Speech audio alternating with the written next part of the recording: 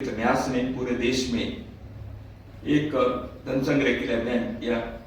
उनके साथ बैठकर जो कमेटी बनी उसने उन्होंने विचार करके मकर संक्रांति जनवरी 15 से माघ पूर्णिमा 27 फरवरी तक 44 डेज के एक अभियान चला।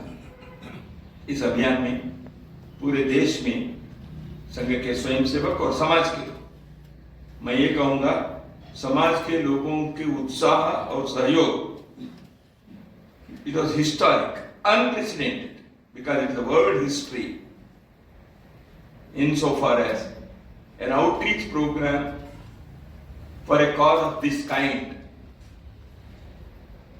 एक मंदिर का निर्माण था। उस मंदिर के निर्माण के लिए लोगों ने जिस प्रकार सहयोग दिया, nearly 12 crore families have been contacted. 5.5 lakh villages and towns and cities. Total number of places 5.5 lakhs.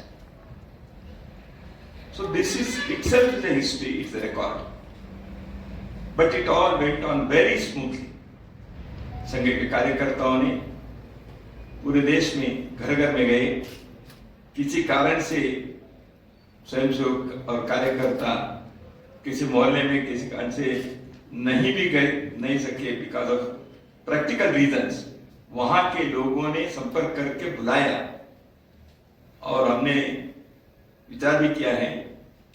इस सहयोग की जो मिला है समाज का, वह भावना श्री राम के साथ भारत के भूमि पर रहने वाले लोग किस प्रकार जुड़े हैं, यह अपने आप स्वयं सिद्ध हो गया। फिर से एक बार, पुनः एक बार। इसलिए राम मंदिर निर्माण के साथ लोग जुड़े हैं दूर दूर से।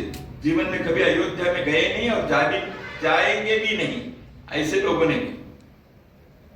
और एक एक जो संस्मरण है, घटनाएं हैं, उसके बारे में हमने यहाँ थोड़ा सुना है अपने बैठक में। अद्भुत है। हमने तो ये विचार किया उसी के एक पब्लिकेशन लाएंगे। The richest persons in the society to the poorest और the ordinary people, most ordinary people, किस प्रकार से उन्होंने सहयोग दिया। एक और स्वयंसेवकों ने भी इतने व्यापक रूप से समाज के सहयोग से, कई जगह पर स्वयंसेवक नहीं है, कई विलेजेस में, कई एरिया में, वहां लोग स्वयं आकर इस कार्य के लिए वो समय दिए। तो ऐसे एक अद्भुत कार्य हुआ है। तो इस कारण से बहुत व्यापक संपर्क भी हुआ है। राष्ट्रीय Swayamsevak Sangh will be completing 100 years of its national service in the year 2025। तो आने वाले 3 साल में हमने विचार किया है भारत में संघ कार्य को हर मंडल तक पहुंचाना चाहिए। तो अभी अपना जो कार्य है, पिछले वर्षों में थोड़ा सा जो कोरोना पीरियड के लॉकडाउन के कारण संघ की प्रत्यक्ष शाखा नहीं लग सकी। दीपावली तक का लगभग ऐसी स्थिति थी। After the month of November we have restarted our regular shakas in various places wherever situation was conducive, where restrictions were not there. उस प्रकार जहां जहां उस प्रकार कर सकते थे, with all the necessary limitation, necessary SOPs etc. followed। अभी हमारे कुल स्थान जो है वो अराउंड 34,569 प्लेसेस में संघ की शाखा है। इसके अतिरिक्त 18,500 places we are having a weekly assemblies. तो इसलिए इतने स्थानों पर अभी संघ के कार्य है। और शाखाएं जो है, डेली शाखा 55,652 55,652 और वीकली जो असेंबलीज हैं जिनको हम साप्ताहिक मिलन कहते हैं वो 18,553 है। It's high appreciated Akhil Bharatiya प्रतिनिधि सभा appreciation of the entire society of this country, entire nation. During this period,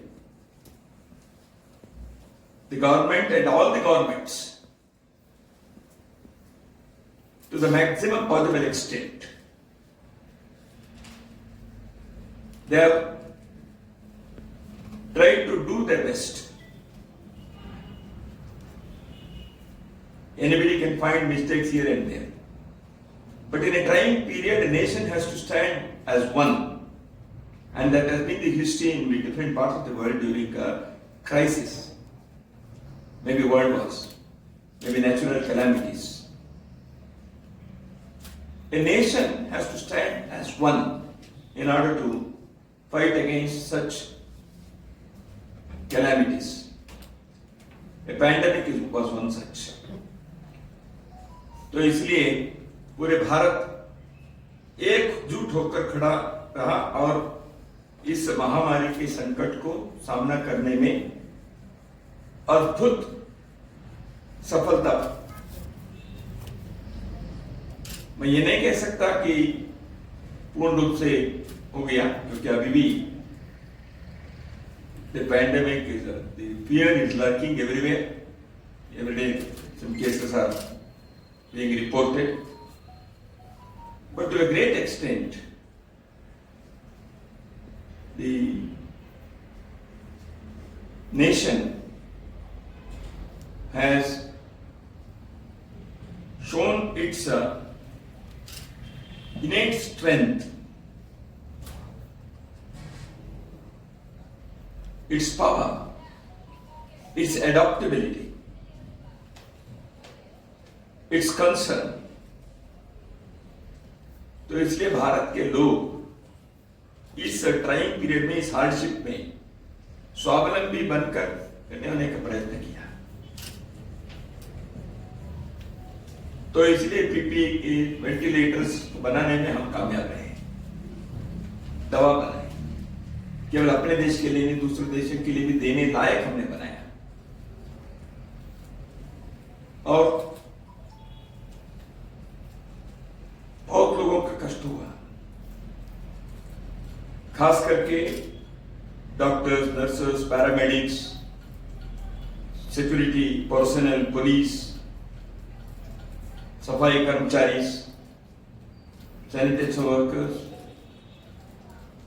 people who are responsible for reaching the daily needs goods even to the remote areas,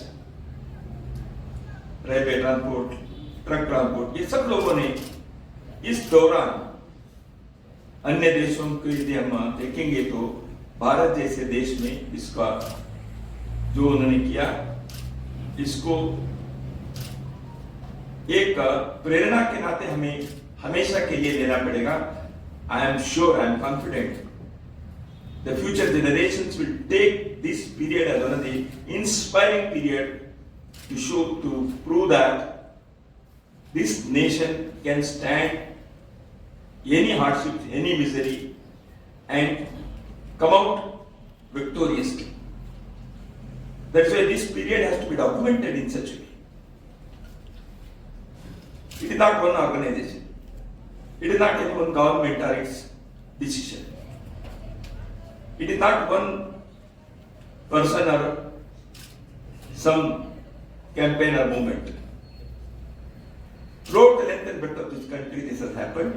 That's why the Akhil Bharatiya Prathinidhi Sabha found it necessary to put it on record that this nation has exemplarily showed this grit and innate strength.